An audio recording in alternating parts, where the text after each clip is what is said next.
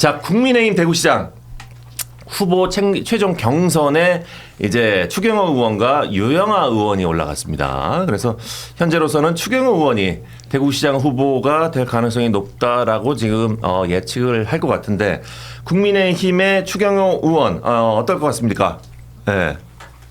추경호 의원과 유영아 의원이 이제 경선 올라가는데 여기서 사실 이제 뭐 추경호 의원이 되겠지라는 예측을 많이 할 것 같은데. 근데 유영아 의원은 결선 올라간 게 되게 이변이라는 당내 분위기는 많아요. 왜냐하면 윤재옥 의원이 그래도 원내대표도 하시고 대구 지역 의원들의 지지를 많이 받았는데 유영아 의원 초선이잖아요. 그런 점에서는 아직까지 또 박근혜 전 대통령의 어떤 파워가 그래도 대구 경북 지방에는 남아 있구나라는 게 한번 확인된 것 같고요.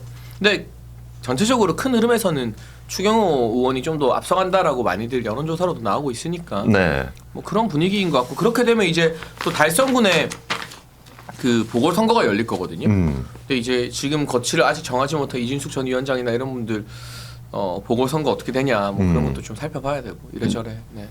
그래서 이제 추경호 의원이 이제 대구시장 후보가 될 것 같은데 그러면은 이제 민주당에서는 대구시장 누가 김부겸 의원이죠. 예, 김부겸 대 추경호 의원 이렇게 이제 뭐 나란히 후보가 될 것 같습니다. 예. 근데 그렇게 될 수도 있고요. 이진숙 위원장이 어떻게 하는지를 봐야 될 것 같기도 하고요. 네. 그러니까 중앙에서는 이제 비평을 할 때 김부겸 후보가 모든 국민의힘 혹은 보수 후보들을 다 이기는 걸로 나오니까 대구가 분위기가 계속 좋은가 보네라고 생각하지만 이제 대구 현지 사람들은 저기서 저희 후보에서 20%포인트 빼고 계산해요. 캠페인 할 때. 왜냐면 대구 분들 이렇게 전화 받잖아요. 네. 본인이 지지하지 않는 후보면은 그냥 끊는 경우 되게 많아요. 난 이진숙만 지지하기 때문에 윤재혁 묻거나 추경호 물을 때는 지지 안 한다고 하거든요. 근데 이게 다 정리가 되고 1대1로 딱 되잖아요. 그럼 모여요 또. 그래서 그러면은 그걸 다 가정해보면 비등비등한 상황이다 이렇게 생각하고 캠페인 하고 있죠. 네. 맞아요. 여기 우리 하은기 가 얘기했듯이 사실 이제 최고의 관심사는 이제 이진숙 주호영이죠. 네. 네. 이 두 사람이 이제 무소속으로 대구시장 선거에 출마할지에 대한 여부가 굉장히 궁금한데. 근데 그 주호영 의원님은 네. 이미 약간 불출마하는 쪽으로 못하죠. 네, 거의 정리가 된 것 같고요. 이제 이진숙 전 위원장 문제가 조금 남아 있는데. 네. 장동혁 대표가 미국 가기 전에 이진숙 전 위원장을 따로 만났거든요. 아, 그래요? 2시간에 만찬을 했대요. 근데 당대표가 직접 가서 이렇게 2시간 동안 특정 후보를 만나고 만찬하는 거는 굉장히 이례적인 일입니다. 어마어마한 예우를 사실 특별 대우를 갖춘 거기 때문에 그 부분에서 좀 이진숙 전 위원장이 좀 그런 대표의 어떤 노고를 또 이 진정성을 좀 받아들여 줬으면 좋겠습니다. 아, 진짜. 네. 그러니까 결국 지금 이진숙 위원장의 거취가 대구의 선거에서 저도 가장 큰 이제 변곡점이라고 봐요. 네. 그러니까 이제 주호영 의원님께서는 이제 직도 내려놓으셔야 되고 만약에 무소속으로 출마를 하시게 되면 거기에 따른 정치적인 부담감이 이진숙 의원님보다 훨씬 크기 때문에 그러지는 좀 어렵지 않을까라고 계속 이제 예측들을 많이 했었고 다만 이진숙 의원 같은 경우에는 본인이 여조도 잘 나오고 내부 지지도 괜찮았는데 컷오프를 당했던 상황이고 그게 또 어떤 그 컷오프 전에 미리 좀 얘기가 맞고 했으면은 좀 더 수월하게 갈 수 있었던 일이 그런 교감이 없었던 거지 않습니까? 그래서 지금 국민의힘 지도부에서 수습하려고 막 하려는 얘기를 많이 들었어요. 대표님 내려가신 것도 얘기를 들었었고 왜냐면은 이제 좀 수습 국면으로 가는 거 아니냐. 그러니까 결국에 다죽자로 가지는 않을 거 아니에요. 그러니까 뭐 어느 정도 서로 간의 감정의 골 같은 게 있어도 뭐 선거를 앞에 두고 어느 정도 수습을 할 수 있지 않을까. 그러니까 아예 줄 게 없는 상황이면 모르겠는데 어쨌든 지금 이제 이 대구에 재보궐 자리가 나오는 곳이 있고 거기에 지금 또 다른 사람 내는 것도 이상하지 않습니까? 그러니까 뭐 좀 수습되는 국면으로 가지 않을까 싶어요. 평론가들은 이제 수습이 돼야 되는데 평론가들은 어제까지도 이진숙 위원장님이 대구시장 띠 메고 막 인사하는 사진들이 페이스북에 올라오더라고요. 더 열심히 하셔야 돼요. 왜 그러냐면 의지를 보여주는 거지. 평론가들은 이제 정치 평론할 때 각 후보들을 장기 말에 말처럼 이렇게 공학적으로 계산하는데 정치 다 사람이 하는 일이거든요. 다 감정이 있고 욕망이 있고 안에 뭐 불신이 있고 이렇단 말이에요. 만약에 장동혁 대표가 장해찬 같은 스타일이었으면 좀 더 빨리 풀렸을 수도 있어요.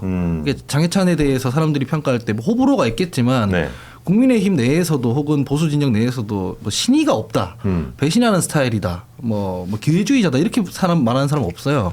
신의가 너무 있어서 문제지. 오히려 그렇죠. 뭐 이런 얘기까지 해도 되나?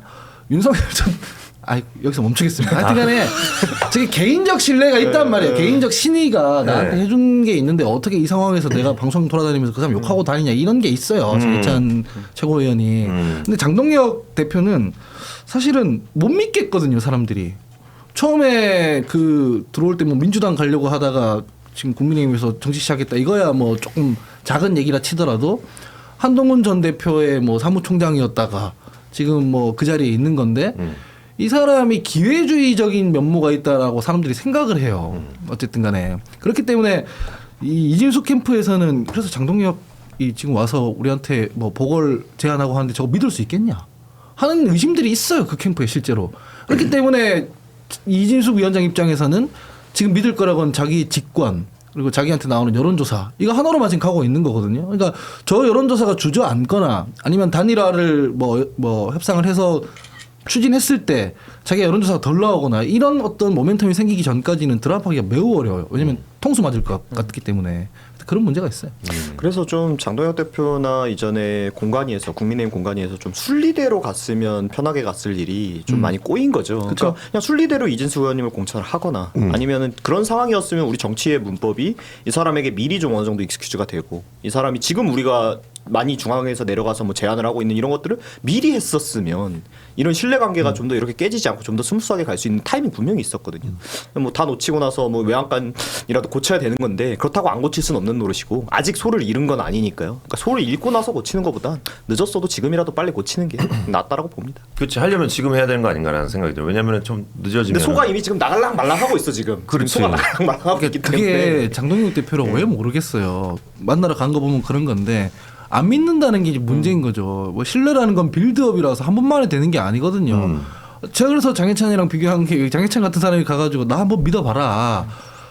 내가 만약에 이거 지도부에서 깨면은 온 방송 돌아다니면서 다 깽판 치고 다니겠다. 뭐 이런다거나 뭔가 이 사람이 그래도 호불호가 있더라도 통수 치는 사람은 아니다라는 확신이 있어야지 여기 협상에 임할 수 있는 거거든요. 근데 그런 확신이 없잖아요. 장동혁 대표 지금까지 하는 거 보면 그런 문제가 있는 뭐 거죠. 다시 얘기해야 되겠지만 미국행이 뭐 여러 가지 이유가 있으셔서 가셨겠지만 그거보다는 지금 한 번이 아니라 진짜 몇 번씩이나 찾아가서 좀 그런 신뢰관계를 구축했으면 대구에서 잡음이 좀 해소되지 않았을까 싶은데 만나신 것까지 좋은데 그러고 이제 미국을 가버리셨으니까 뭐 어떻게 그 뒤에 후속타가 안 붙잖아요.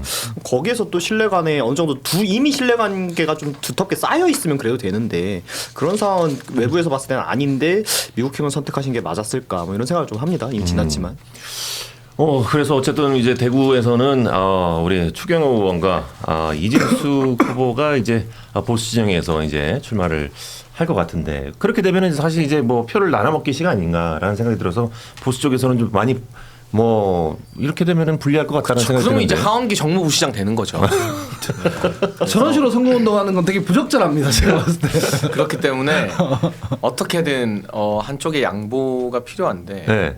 이제 이진수 캠프는 단일화 경선하면 된다인 것 같아요. 근데 이제 무소속이 길어지면 그리고 국민의힘 후보가 한 명으로 압축되면 무소속 후보에게 지금 같은 지지율이 안 나올 가능성이 높습니다. 그래. 해보고 하는 말이에요. 저는. 그러니까. 네. 그리고 이게 총선 단일화가 아니라 지선 단일화는 더 되기가 어려운 게 국민의힘 시장 후보가 추경호든 유영원이 유영하든 후보 되는 순간 배지를 떼는 거잖아요.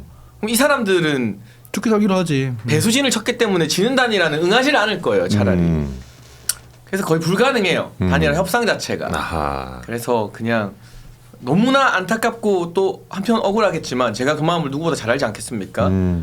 이진숙 전 위원장이 보궐선거 출마로 방향을 트는 게 네. 지금 유일한 해법이 아닐까 해보셔서 싶어요. 알겠지만 그게 쉽지가 않습니다. 쉽지 내가 않죠. 여론조사가 이렇게 나오는데 마음이 그렇게 안 당에서 아무런 명분도 없이 나를 컷오프 시키고 근데 저랑은 모욕을 준 다른 게 다음에 뭐냐면 저는 출구를 안 만들어줬고 이진숙 전 위원장한테는 그래도 국회의원 당선이라는 출구가 하나 있잖아요. 그러니까 그런 점에서 좀 통큰 결정을 그래서 저는 지도부에서 좀 더 열심히 하면은 될 수도 있다고 보는데 좀 더 협상이 될 수 있다고 보는데 그래서 내려가셨다는 소식 듣고 그래도 좀 되려나 보다 했는데 또 바로 미국 가버리셔가지고 어떻게 될는지 모르겠네요. 알겠습니다. 지금 오늘 저희가 시작하기 전에 오늘의 목표가 1,800명이 목표였는데요. 2,000명이네. 지금 2,000명이 넘어버렸어요. 그래서 너무 쉽게 이 시청자 수는 장해찬의 텐션에 달려 있는 거예요.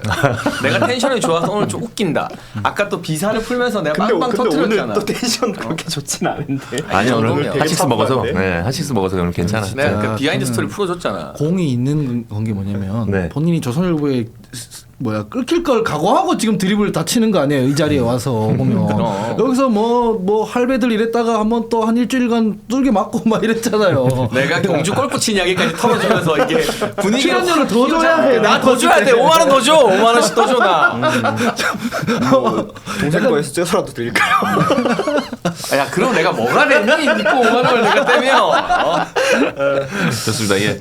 동접자 2,000명을 넘어서고 있습니다. 예, 많은 분들이 지금 저희 채널을 떠나지 않고 이렇게 봐주신 우리 팬다 여러분들 너무나도 감사합니다. 예. 아 이분들 이제 팬다가 됐구나. 팬다가 된 거죠. 예, 우리 2,000명이 넘는 우리 팬다 여러분들 함께하고 있습니다. 진심으로 고맙습니다. 예, 우리 뭐 시청자, 애청자분들의 애칭이 팬다입니다. 다 팬다. 난 예. 그게 너무 웃기더라고. 어떤 내가 게? 이 애칭을 진짜 극혐했는데 정작 멸콩의 애칭이 멸콩 천사였다. 천사였다고. 내가 좀 부끄럽더라고. 네, 좋잖아, 선사.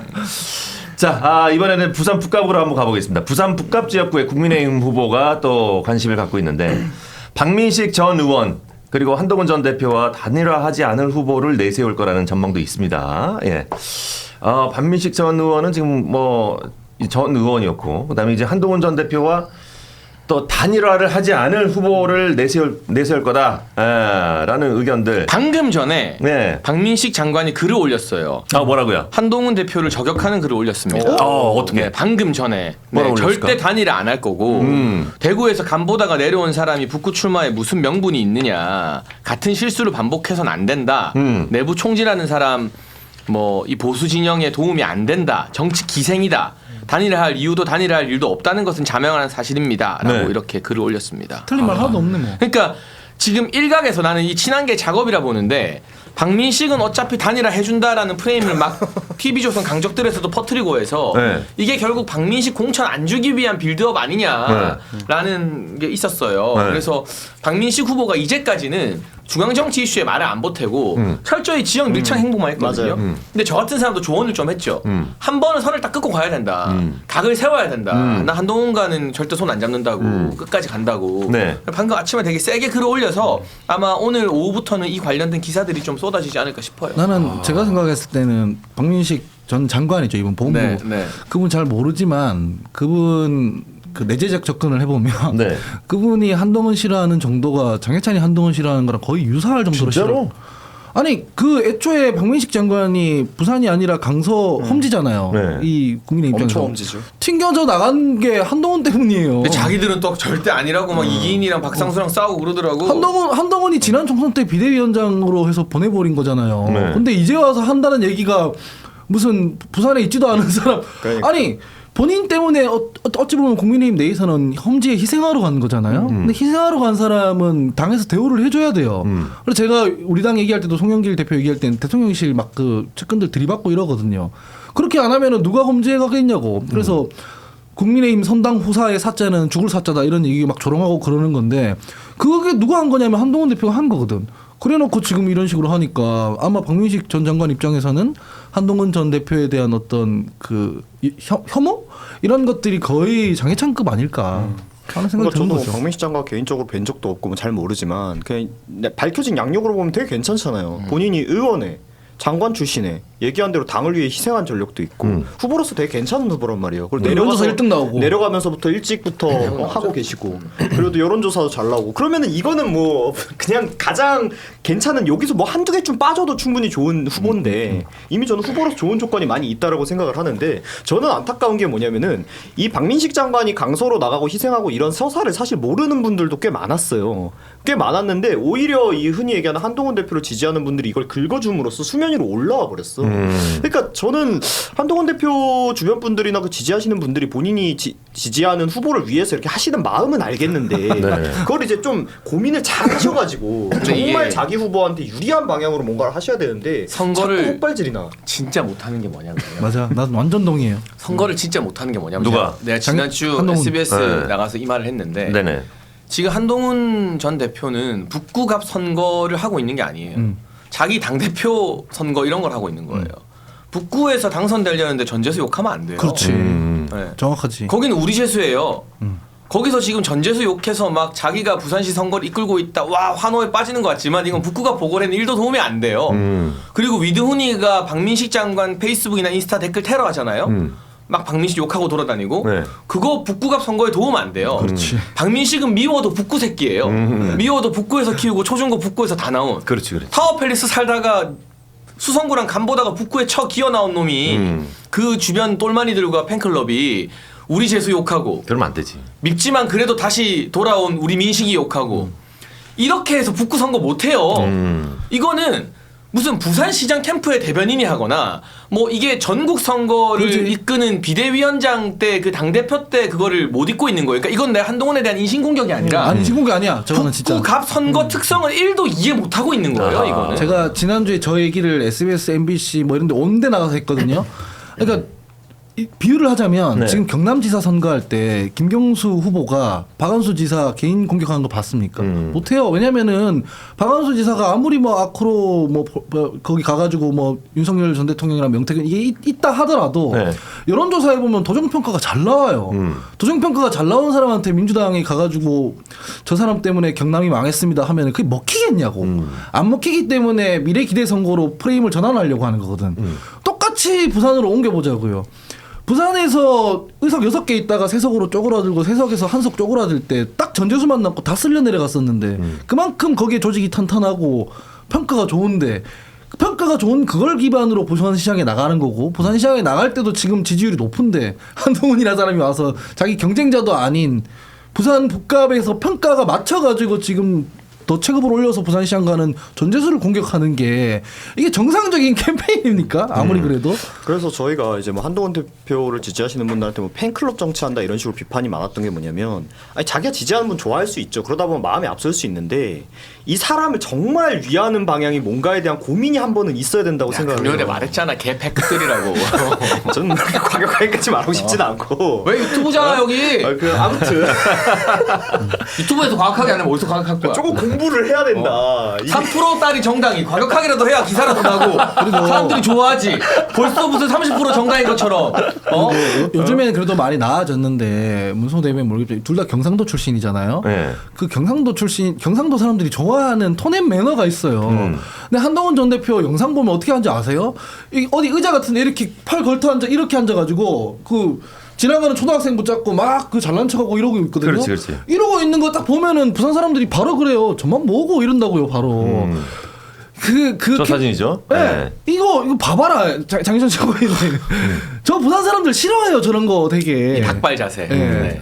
이런 닭발 자세 싫어. 정말 뭐고 시건방지게 여기 와서 뭐하노 이런단 말이에요 바로. 그러니까 뭐 조금 그 유권자들이 원하는 게 뭔지를 보고 저 중학생 분들은 죄송하지만 표가 없잖아요. 그렇지. 투표권이 없잖아요. 네. 표를 가지고 있는 사람들이 원하는 게 뭐고 뭘 듣고 싶어하는지를 좀 탐색을 하고 캠페인을 전개할 필요가 있어 보인다. 아니 그래가지고 저는 사실 한동훈 대표가 혹시 뭔가 이건 어디까지 제 추측인데 혹시 뭘 좀 착각을 하고 계셔가지고 여기서 뭔가 자기가 하면은 선거에 떨어져도 그 다음이 뭔가 될 수 있다라고 생각을 하시는 거야. 이렇게까지 생각이 될 정도로 맞아요. 뭔가 선거에서 이기기 위한 캠페인이 아니라고 보거든요. 근데 제가 생각했을 때 이번 있나? 선거에서 지시면 네.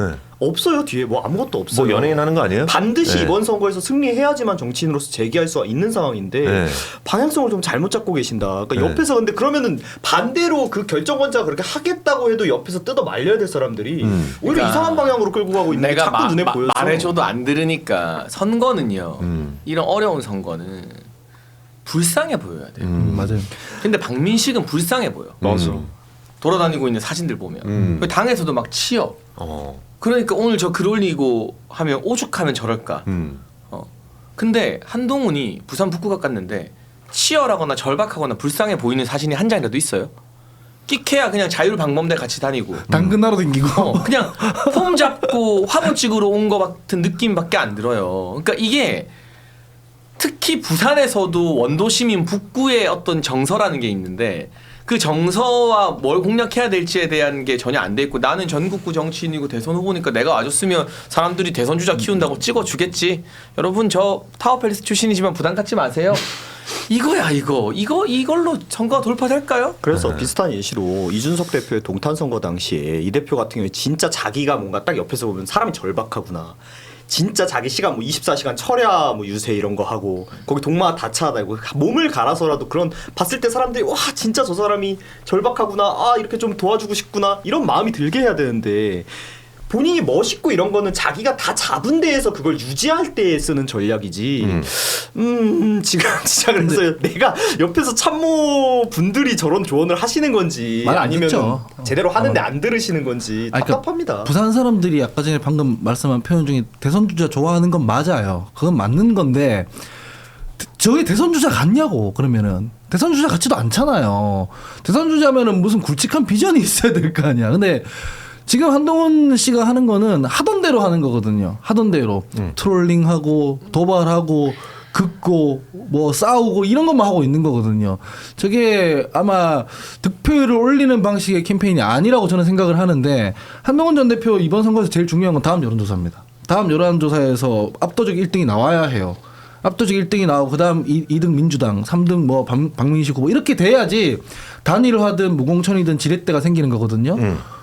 근데 아닐 것 같잖아요. 그럴 왠지. 가능성이 없다는 거죠. 그렇게 보인다는 게 제일 문제인 거죠. 알겠습니다. 예. 어쨌든 뭐 한동훈 전 대표는 지금 정치적인 지금 방향성을 좀 잘못 잡고 있다. 이번 지방선거에 대해서 제가 봤을 때는 부산 북갑에 당선되지 않을 가능성이 굉장히 높다라고 이렇게 세 분께서 말씀을 해주셨습니다. 그에 반해서 또 이제 정청래 대표가 대법원 선거 앞두고 있는 또 보석 중인 우리 김용 전 부원장에게 평택을 안산갑 뭐 요쪽에다가 재보선 공천장을 줄지 안 줄지도 관심을 갖고 있습니다. 예. 김용 전 부원장에게 요거를 과연 줘서 우리 김용 전 부원장이 재보선에 나갈 수 있을지 이것도 관심을 갖고 있는데 어떻게 저희는 보십니까? 기도하고 있죠. 제발 공천 줘라. 공천 줘라. 제발. 만만한 상대니까.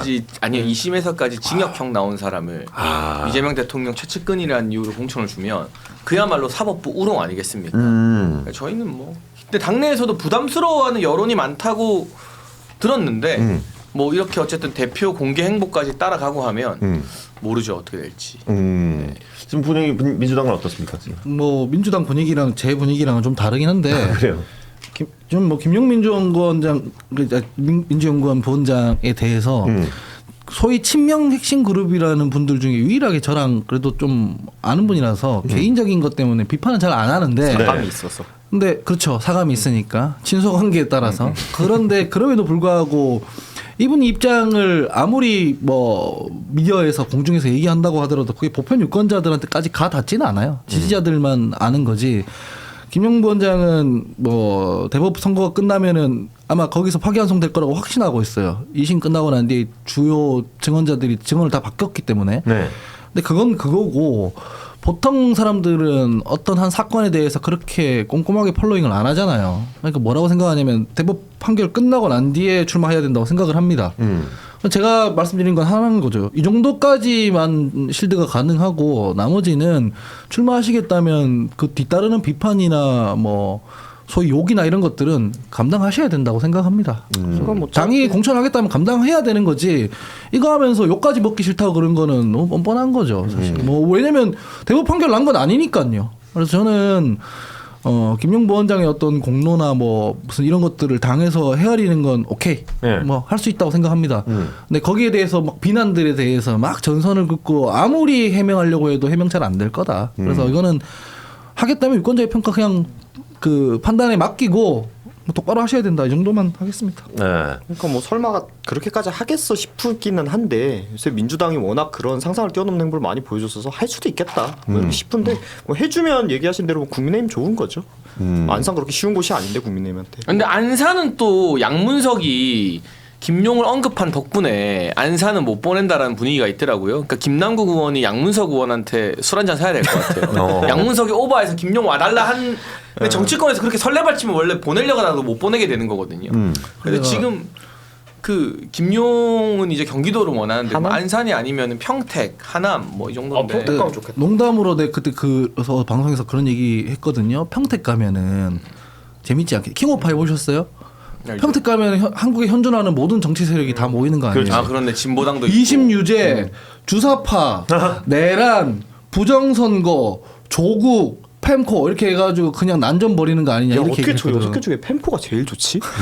말도 안 돼. 웃기려고 그렇게 표현했는데 그 여섯 일곱 정도 되는 제 세력이 보통 다른 지역구 같으면은 원래 단일화해서 1대1로 하고 막 서로 네거티브하고 하는데 이거는 6 세력끼리 했으면 네거티브 하기가 되게 어려워지거든요. 근데 그러면 쟤도 나쁜 놈 얘도 나쁜 놈 이렇게 후보들 되니까. 중에 평택에 연고가 있는 유일한 후보는 유이동 후보밖에 없어요. 그렇게 되면. 왜냐면 평택에서 계속 국회의원 했으니까. 했었기 때문에. 네, 다른 사람들은 다 외지인들이고 네. 그렇게 되면. 김영 의원님께서 평택에 와주셨으면 좋겠다 갑자기. 어. 왜냐면 평택은 방금 얘기하신 바와 같이 그렇기 때문에 저희 같은 소수 정당도 어느 정도 하려면 할 수 그러니까 있는 각이 나오고. 그러니까 내가 조국 말로 대표가 각이 각이 나잖아요. 나와요. 조국 대표도 2심 유죄 받고 괜찮은데? 그 대법원 확정받고 징역 갔다 온 분이거든요. 그럼 징역 연대가 되는 거죠.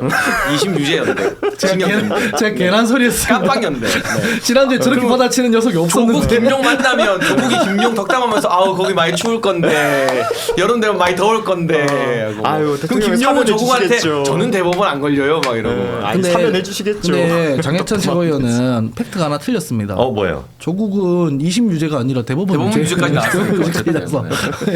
이러다가 평택에다가 교도소 하나 세우는 거 아닌가라는 생각이 듭니다. 예. 평택을이 또 굉장히 또 재밌어질 것 같다는 생각이 듭니다. 예. 자, 그렇다면 또 우리 또 조홍천 전 의원은 이제 개혁신당 경기지사에 출마한다는 얘기가 있던데, 주말에 보도가 나왔습니다. 제가 취재한 바로는 좀 달라요. 아, 그래요? 저는 제가 취재한 바로는 취재를 했구나. 이게 그렇게 많이 진행돼 있는 상황은 아닌 것 같아요. 그러니까 오늘 아침에 이기인 사무총장이 무슨 라디오 나가서 자기는 할 말 없다, 아직까지 말 못한다라고 했는데, 네. 그러니까 조홍천 의원이 저는 직접적으로는 잘 알지 못해요. 근데 주변의 정치권 선배나 언론계 선배들과 최근 통화한 이야기들이 전해지잖아요, 여의도에서. 네. 내가 뭐 조홍천이랑 통화해봤는데 이렇게 말하더라. 그러니까 뭔가 단일 후보가 전제되지 않은 상황에서 본인이 나가는 건 의미가 없다라고 생각하시는 것 같아요. 제가 전해들은 바로는 뭐 제 취재도 틀릴 수는 있습니다만. 아니에요. 네 취재가 맞아요. 저는 저 프로젝트 뭔지 알고 그다음에 종천 선배랑도 가까운데 저 말이 맞아요. 그러니까 뭐냐면은 어디까지 얘기해야 되지? 하여튼 뭐 개혁신당 입장에서는 경기에 중량감이 있는 인사를 보내고 국민의힘 죄송하면 주저앉히고 추미애 후보랑 1대1로 만들어서 보수 이쪽으로 가고 이런 게 되게 중요한 지금 전략인데 조홍천 선배가 완전히 결단한 건 아닌 상황 뭐 이런 걸로 저도 알고 있어요. 더 아니 이상은 나는 장예찬 최고하고 하원기 부대변인하고 나와 있으면 내가 개혁신당 대변인인데 우리 사정을 더 잘 알아. 그러니까. 여기가 더 잘 알아. 반성하세요. 앞에서 멘트 맞춰가지고 내가 할 말이 없어. 그래. 반성하세요. 이게 내가 반성해야 돼. 네가 반성해야지. 그래서 지금 우리 당 지도부에서 자주 접촉하고 있는 건 사실이고 저희 쪽에서 모시면 너무 좋죠. 그리고 지금 구도가 너무 좋잖아요. 국민의힘에서는 아직 뭐 후보 확정도 안 되고 좀 약하고 민주당에서도 추미애 후보로 결정돼가지고 어느 정도 가능성이 있는 상황이니까 동타한 모델을 재현할 수 있는 좀 각이 나왔다고 생각을 해요. 근데 그러려면 우리 쪽 후보도 힘 있는 후보가 있어줘야 그런 모델이 될 수 있는 건데 뭐 조용천 의원님이라면 충분히 그 조건에 맞는 훌륭한 분이라고 생각하기 때문에 저희가 모시려고 많이 하고 있고 뭐 진척하고 있다 이렇게만 말씀드리겠습니다. 앞에서 다 얘기해서 뭐 내가 할 말이 없네. 그래서 뭐그 완전히 그 진행된 상태는 아니고 뭐 그 하여튼 그 맞아요. 저거 제 얘기가. 근데 국힘에서 경기도 후보를 안 낼 수는 없거든요. 그러니까 그리고 만약에 국힘에서 경기도 조홍천으로 밀어주면 서울시장은 개혁신당이 또 포기해야 돼요. 그럼 김정출 후보가 가만히 있겠어요? 아닐 거잖아요. 그러니까 이게 복잡한 함수가 맞물려 있기 때문에. 그러네. 그러니까 제가 지난 주말 전 버전으로 들은 거는 네. 조홍천 의원님이 단일 후보에 대한 어떤 확실한 이 밑그림이나 판이 안 짜여지면 3당 후보로 나가서 불쏘시개 하는 건 의미가 없다. 그건 안 하시- 안 하시죠. 그건 안 하겠다. 오히려 차라리 한 후보로 추미애 견제하는 게 낫지. 그러니까 그런 생각이기 때문에 뭔가 그러니까 정치는 늘 1%의 가능성이 있죠. 근데 지금 숫자로 따지자면 기적 같은 1%의 어떤 연대나 이런 것들이 성사되지 않는 한 출마할 가능성은 굉장히 낮다고 봐야 됩니다. 저게 이준석 대표 입장에서는 되게 머리가 아픈 복잡한 그 뭐 방정식이 맞는 게 네. 하나는 단일 후보를 해야 돼요. 근데 단일 후보를 하는데 국민의힘과 선거연대는 안 돼요. 이게 무슨 뜻이냐면 단일 후보를 하되 그냥 국민의힘이 주저앉아 줘야 돼요. 우리랑 개혁신당이랑 선거 같이 갑니다가 아닌 단일 후보예요. 그러니까 이미 여기서부터 복잡한 거예요. 이게 아니면은 정천 선배 입장에서 나갈 수가 없고 뭐 그걸 다 하나하나 다 풀어야 되는데 이게 이제 각 당의 대표나 뭐 이런 분들의 정치력에 달려 있는 문제인 거죠. 제가 봤을 때 난이도가 되게 어렵긴 해요. 여기 이러고 있어 개혁신당 3명 앉아 있는 것 같아요. 격신당의 그 분위기를 너무 잘 알고 우리의 있고. 취재력의 문제지. 맞아. 예. 뭐 친하신 분들이니까 또 그럴 수도 있고. 예. 아, 사호 사모님께서 한동훈이 이준석 많이 따라하던데 동탄 학생들한테 환호받던 것도 따라하는 것 같았어요라는 의견 주셨습니다. 따라라도 해서 당선이 되시면 다행인데 지금 방향을 근데 자꾸 거기 이상한 데로 가고 그치, 거긴 계셔가지고. 동탄이고 부산 북갑에서 그걸 따라하면 안 될 것 같은데. 예. 자, 개혁신당이 조홍천 전 의원 출마로 인해서 경기지사의 선거판을 좀 바꿀 기대를 조금 보는 것 같은데 그렇게 되면 이제 경기지사 선거 지형이 보수 지형이 굉장히 불리하죠. 불리한 데다가 보수 지형 표가 또 분산이 되면은 또 선거연대 목소리가 나올 텐데 어제도 이준석 대표는 선거연대는 없다라고 또 선을 그었어요. 그렇다면 이제 조홍천 의원이 출마를 하면 수도권 연대론 요거는 절대 뭐 없다라고 보면 되겠죠. 아니 개혁신당 후보로 밀어주시면 연대하죠. 방금 말씀드린 대로예요.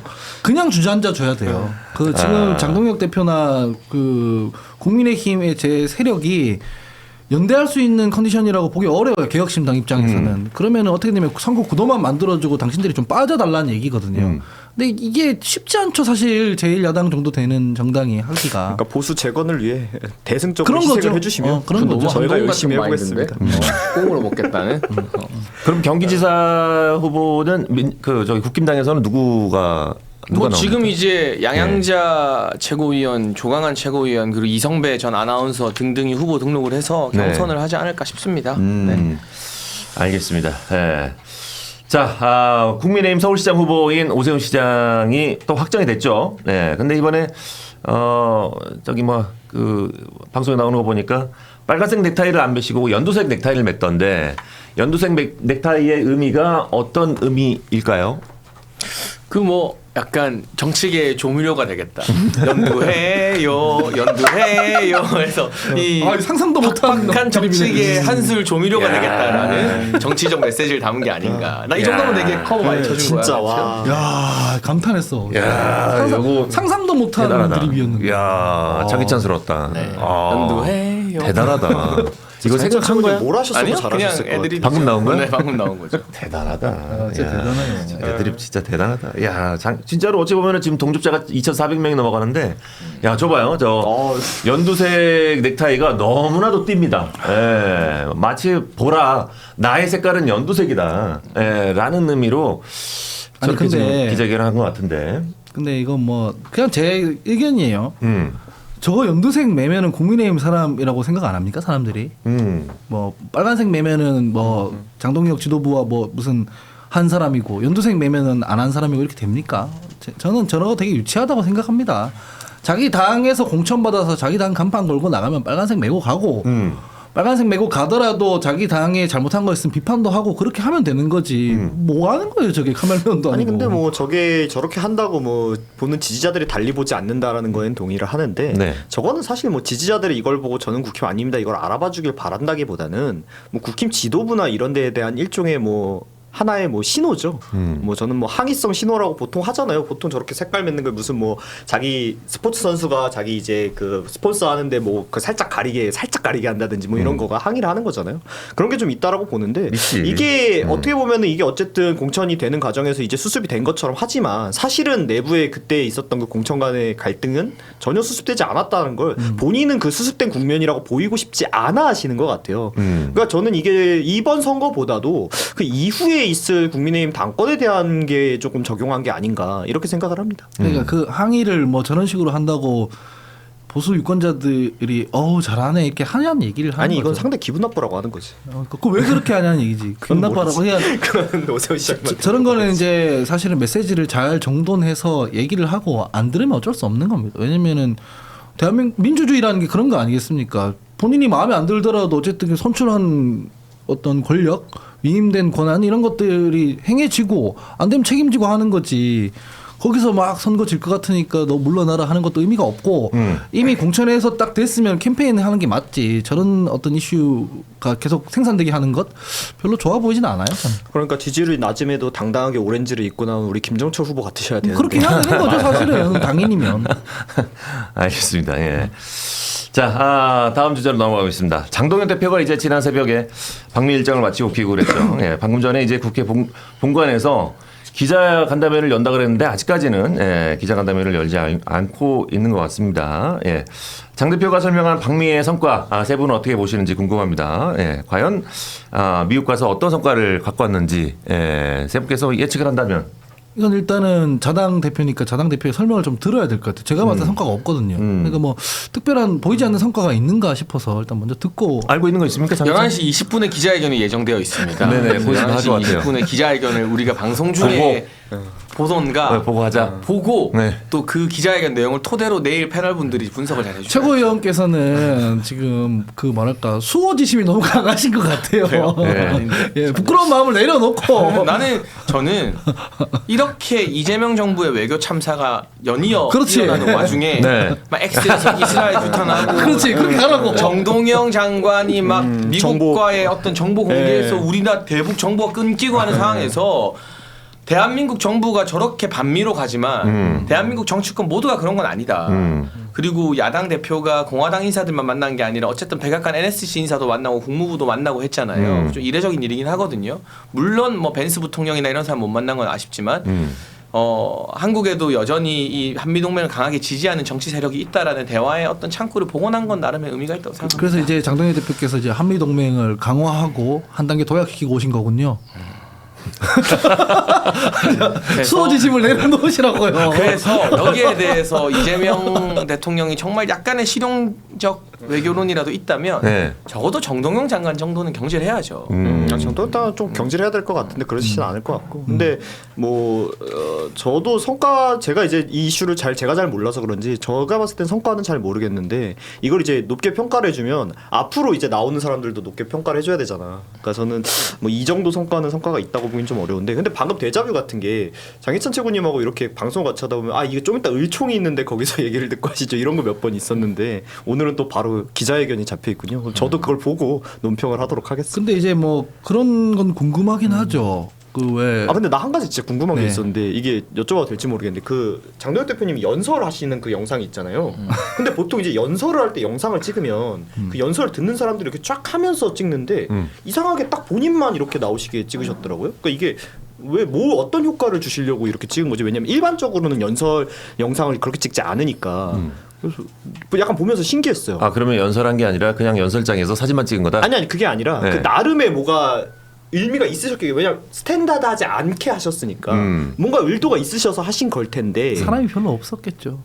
네. 근데 뭐 단순한 거였구나. 네, 이런 부분 있잖아요. 7박 9일간의 어떤 그 여정이잖아요. 네. 그러면 7박 9일간의 비공개라고는 하지만 7박 9일 제가 이렇게 길게 가면서 비공개가 많은 거는 처음 보기 때문에 국가 원수도 아닌데 그 왜 난리 쳤잖아요. 그 정원호 구청장이 어디 가는 동안 하루 이건 얼마 썼고 막 난리 쳤잖아요. 그렇지. 본인들도 그러면 최소한의 뭔가를 밝혀야 되는 거 아닌가요? 공금으로 갔을 거 아니야. 공금으로 갔는데다가 7박 9일이면 훨씬 길잖아요. 8박 10일이야, 8박 10일. 8박 10일이면 길잖아. 네. 그러면 뭐 비공개 일정도 있겠지만 전부 비공개 일정은 아닐 거 아니에요. 그럼 하루하루 뭘 했는지 정도는 밝히면서 이제 해야 되는 거 아니에요? 그래야 내로남불 되는 거 아닌 거 아니에요? 지금 방금 사진 다시 한번 띄워주세요. 예. 지금 우리 문성호 대변인이 얘기했던 사진이 저 사진인데 지금 이제 장동혁 대표가 미국에서 영어 연설을 했습니다. 그래서 힘을 통한 평화다 이렇게 얘기를 했는데 저 사진만 있어가지고 사실 뭐 이제 연설이 아니라 그냥 단독 낭독이 아니냐라는 이제 뭐 지적도 나오고 있습니다. 아니 뭐 설마 그러진 않을 거라 생각을 하는데 저게 뭔가 의도를 가지고 하신 건가 싶어가지고. 그러니까 문 대변인 말씀처럼 지금 보편적인 어떤 거에서 벗어난 게 너무 많잖아요. 저 연설도 그렇고 뭐 전체 비공개인 것도 그렇고 뭐 이런 거잖아요. 그러면 한미동맹 뭐 회복 뭐 다 좋다 이거예요. 정부 뭐 비판하고. 그러면 본인들이 한 1, 2주간 비판했던 그 기준에 맞춰서 이것도 돼야 되는 거 아니냐. 이 문제 제기를 제가 드리는 겁니다. 근데 안 할 것 같죠 아마. 그렇죠. 어쨌든 뭐 이따가 곧 이제 뭐 시작할 수도 있습니다만 뭐 기자회견을 먼저 보고 얘기를 내일쯤 나눠야 될 것 같습니다. 한편으로 또 이제 고성국 유튜버가 미국이 장동혁 대표를 차기 대권 주자로 보고 있다. 그리고 장동혁 방미가 가장 효과적인 선거 운동이다라고 이렇게 주장을 하던데 요거에 대해서는 또 어떻게 생각하시는지 그 굉장히 혹시 궁금합니다. 그 고성국 유튜브 보시는 분들이 혹시 잘못 알고 계실까봐 말씀을 드린 건데 네. 미국인들은 대한민국에 투표권이 없어요. 그렇지. 네, 혹시 잘못 알고 아니 계실까봐. 장동혁 그게 대표 아니라- 장동혁 대표 가족 아니 장동혁 대표 친구분들도 장동혁 대표를 대권 주자로 생각 안 하고 있어요. 아니 야당 대권 주자는 꾸준히 1등이에요. 아니 근데 뭐 천지일보 등의 여론조사를 보면 야권 대권 주자로는 꾸준히 1등이고 이렇게 희화할 일은 아닌 게 그러니까 긴 기간에 비해서 성과나 만난 사람들의 레벨이 좀 떨어진다는 비판은 저도 수용할 수 있습니다만 어쨌든 개별 의원들만 만난 게 아니라 백악관의 NSC 관계자도 만났고 백악관의 초청을 받아서 안에 들어가서 국무부 관계자를 만났잖아요. 그러니까 이게 한 번에 뭔가 판을 뒤집는 성과라기보다는 적어도 그래도 미국의 어떤 조야나 워싱턴의 공식 라인에서 대화 가능한 상대로 보고 있다는 건 맞는 거고 이 사람들이 물밑 대화를 하고 싶어도 이재명 대통령이나 정동영 장관의 외교 참사에 대해서 여당 대표랑 이야기하자니 옛날에 미국 대사관저 들어가서 불지르려고 했던 사람이잖아요. 총리랑 대화하자니 그 친형이 미국 점령군 꺼져라 이러고 있잖아요. 대화할 상대가 없어요. 물밑 대화를 할 상대가 여당에는 카운터파트 중에는. 그러니까 저는 나름의 어떤 그런 정치적 의미 정도는 있다고 생각합니다. 아니 근데 그런 거죠. 그런 비판을 심지어 김민석 총리도 받았지만 어쨌든 비자 나와서 미국 간단 말이에요. 간단 말이에요. 그 뭐 지금 예전에 막 그 미국 관련해서 대미 시위했던 얘기를 하는데 네. 뭐 비판할 수 있잖아요. 저는 건 야당에서. 근데 NSC 관계자를 만났다고 하는데 그래서 그게 무슨 차관급인지 장관급인지 국장급인지 뭐 9급 주무관인지 4급 뭐 서기관인지 이런 것 정도는 알아야 되는 거 아니에요. 근데 실제로 보안이 지켜져야 해서 장차관급이 아니다. 결정권자가 아니다. 그러면 의미가 없는 거예요. 제가 이를테면은 막 그 국민의힘 어디 출신 누구랑 만나서 취재를 하는데 9급 누구랑 만나가지고 얘기한 거 이게 국민의힘 입장이고 우리가 국민의힘이랑 회복되고 있다. 이러면 됩니까? 안 되잖아요. 그래서 밖으로 공개하지 못할 만한 인사가 아니란 말이에요. 실제로 간부급들은. 네. 근데 그게 아니라는 방증 아니냐 이 얘기를 드리는 거죠. 저는 다 좋은데 이게 시기적인 것 때문에 더 부각되는 것도 있는 것 같아요. 아무래도 선거를 코앞에 두고 당대표께서 나가셨으면 뭔가 더 중요한 게 있지 않을까라는 기대감이 사람들 마음속에 있을 수밖에 없는데 원래 사람이 그렇잖아요. 기대감이 커지면 뭐 좀 성과가 있어도 고작 이거야 이런 마음이 들기 마련인데 시기적으로 조금 그런 억가를 당하시는 것도 아닌가 뭐 이런 생각 듭니다. 억가로 생각 안 하시잖아요. 나 아무 말도 안 했어. 알겠습니다. 지금 국민의힘에서 새로운 슬로건이 나왔습니다. 그래서 국힘 지선 슬로건이 깨끗하게 유능하게 지역이 올라갈 시간이라고 해서 지금 슬로건을 내놨는데 깨끗하게 유능하게 지역이 올라갈 시간이라고 나왔습니다. 요거 슬로건에 대해서 여러분들 어떻게 생각하십니까? 예. 아직 경기도 공천도 마무리 안 됐고요. 그다음에 경기 근처에 있는 경기도에 있는 기초단체장들 중에 그 아예 공천 못해서 무투표 당선되는 지역들도 좀 있을 건데 네. 슬로건만 저렇게 뽑아놓으면 슬로건 뭐 한번 다시 보여주면 안 돼요? 네. 깨끗하게 유능하게 지역이 올라갈 시간. 알겠습니다. 나 몰라서 본 거야. 괜찮은 것 같아. 난 장희찬이 이런 게 너무 좋아. 그래도 자기 길은 자기가 가잖아. 한 가지만 이렇게 생각하면서 가잖아. 아닌 건 아니다. 그럼. 뭐 아니라고 안 했어. 알겠다고. 내가 할 말 없는 건 말하지 않겠다. 좋아. 좋아. 지금 이제 장동혁 대표가 지금 기자회견을 시작한 것 같아요. 그래서 와, 근데 너 진짜 잘생겼다. 방금 투자 잡힌 거 보니까. 아 진짜로 고마워요. 갑자기 뜬금없이. 맨날 보는데도 한 번씩 놀래. 자기 할 말 없으니까 나팔하고 나는 장혜찬이 정치하면 참 잘할 거다라는 생각을 합니다. 나 지금 정치하고 있는 거죠. 정말 잘해. 한 번씩 예. 감사합니다. 야, 아유, 어쩜 오늘도 어쩜 기분 그래. 좋은 하루 넌 시작했을 얼굴에 별로 때. 돈도 안 쓰잖아. 야, 자기가 불리하면 이렇게 딴 얘기 하잖아. 갑자기 좋아. 차담을 시작하고. 좋아. 야, 나 장혜찬이 언제 정치할 거야? 어제 울세라 하고 왔는데 되게 현타오네. 울세라가 뭐야? 피부 리프팅 관리. 야, 네, 야 문성호는 몰살을 모르는구나. 투샷 잡는 이 잔인한 제작진들 같은 이런. 아우 전륜해요. 좋아. 하원기랑도 투샷을 좀 잡아주세요. 자주 떨어지겠습니다. 자주 잡힙니다. 아니 나 말고 하원기 운성호를 잡으라고. 하원기 운성호를. 멀리 떨어져 있겠습니다. 장혜찬이 정치하는 그날을 기다리면서 지금 정치하고 있는 거예요. 예. 네. 배지를 달아야지. 얼마 안 배지 남았어. 달아야지. 예, 배지 다는 날을 기다리고 있습니다. 얼마 남지 않은 게 아니라 뭐 많이 남은 거 아니에요? 모르죠 뭐. 예. 조국같이 사면 받아가지고 지금 나온다고 설치는 오케이. 사람도 많은데 뭐. 오케이, 알겠습니다. 어쨌든 지금 장동혁 대표가 지금 기자회견 하고 있는데 요 내용은 제가 일단은 방송 끝나고 보고 나서 내일 방송에 또 얘기를 또 나눠보도록 하겠습니다. 자, 저희는 다음 주제로 넘어가겠습니다. 지난 금요일에 우리 대통령과 막걸리를 나누면서 점심을 함께한 우리 홍준표 전 대구시장 형님. 총리설은 오해라고 해명을 했습니다. 그래도 SNS에 이렇게 남겼죠. 마지막 인생은 나라를 위한 열정으로 살았으면 한다라고 얘기를 해서 뭔가 좀 생각이 있어 보이는 메시지를 좀 남겼는데 그렇다면 이제 홍 시장이 남기는 것, 홍 시장이 노리는 건 무엇일까? 이게 굉장히 의심이 듭니다. 과연 이재명 대통령과 왜 오찬을 나눴으며 오찬을 나누면서 어떤 얘기가 오고 갔을까? 어떤 거래가 오고 갔을까? 여기 굉장히 궁금합니다. 근데 제가 그냥 진짜 다른 생각 안 하고 직관적으로 적을만 보고 그래요. 총리설은 뭐 오해였다라는 거 얘기를 듣고 네. 적을만 딱 봤을 때는 총리 아니어도 괜찮으니까 뭐라도 좀 줘. 약간 이렇게 읽히거든요. 느낌이죠? 왜냐면은 나라를 위해서 일하고 싶다라는 말이 정해진 그거잖아요. 나라를 위할 수 있게 뭐라도 좀 줘라. 직을 줘라. 기회를 줘라. 이런 얘기잖아요. 그러니까 뭐 본인께서 총리 욕심을 내셨는지 안 내셨는지 모르겠지만 좀 안 될 것 같으니까 싹 다 딜을 좀 낮추신 거 아닌가. 그래서 뭐 열심히 지금 딜을 하고 계시는 중이고 본인의 어떤 이런 그 아직 나이가 드셨음에도 왕성하게 이렇게 일하려고 하시는 이런 욕구가 계신 게 굉장히 부럽다. 이렇게 하겠습니다. 자, 그렇다면 홍준표 전 시장이 먼저 대시를 했을까요? 아니면 이재명 대통령이 먼저 대시를 했을까요? 뭐 쌍방 아닌가요? 사실은 그때 지난 대선 경선 떨어지고 이재명 대통령이 홍준표 전 시장한테 막걸리 한잔 하고 싶다 글 남겼고 홍 전 시장도 본인이 이제 대선을 접고난 이후로는 이재명 대통령한테 늘 우호적인 스탠스였고 뭐 서로 간의 이해관계가 좀 맞아 떨어졌다고 봅니다. 정확하게 뭐 알고 있는 건 없습니까? 뭐 없습니다. 알겠습니다.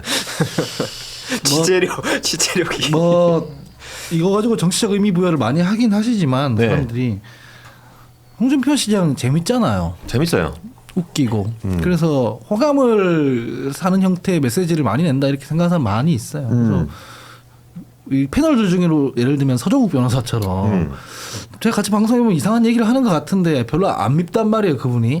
저는 그런 것처럼 홍준표 시장도 민주주의 진영에서 그렇게 생각하는 사람 많이 있어요. 별로 안 밉다. 그래서 그 일환으로 뭐 저희 당에서 막 말씀 잘해주셨지만은 대통령께서 지난번 대선 때 낭만을 안다, 뭐 풍운하다, 뭐 막걸리 한 잔 하고 싶다 이런 얘기를 했고 그게 지금 지켜진 거라고 생각을 해요. 근데 총리 이런 거는 사실 냉정하게 말해서 선을 많이 넘는 거죠. 왜냐하면 이분이 지난번 12.3 내란 비상계엄 관련해 가지고 했던 얘기가 뭐냐면 한밤의 해프닝이라고 했어요. 그리고 그 인식을 철회하거나 사과하거나 그런 적이 없거든요. 근데 이제 와서 자기가 속했던 당에 침 좀 뱉고 있다고 해서 갑자기 총리를 한다? 이거는 좀 그렇죠. 재밌다는 이유로 그렇게 할 수는 없는 거거든요. 그러니까 평가는 또 따로 평가로 받아야 되는 거고 이 사람이 뭐 호감을 사는 형태의 어떤 메시지를 내는 건 내는 거고 그런 거라고 저는 생각을 해서 지금 나오는 어떤 그 자리 이런 것들은 좀 선을 넘어간 얘기라고 생각을 합니다. 알겠습니다. 자, 오늘 저희가 방송 목표가 동접자 수 1,800명 이상이었는데 오늘 훨씬 많이 넘어서 뭐 한 2,300명이 넘어가기도 하고 2,400명까지 가기도 하고 그랬습니다. 그래서 오늘 목표를 달성을 해서 세 분께서 마음에 드는 댓글 골라주시면은 그분들에게 저희가 커피 쿠폰 쏘도록 하겠습니다. 저 세 아까 분께서 골라놨는데. 잘 골라주시고 아무튼 뭐 많이 동접자 수를 좀 높이기 위해서 목표를 이렇게 잡아봤는데 방송 나가지 않고 이렇게 유지해 주시면서 저희 방송 봐주신 우리 팬다 여러분들 진심으로 고맙습니다. 그리고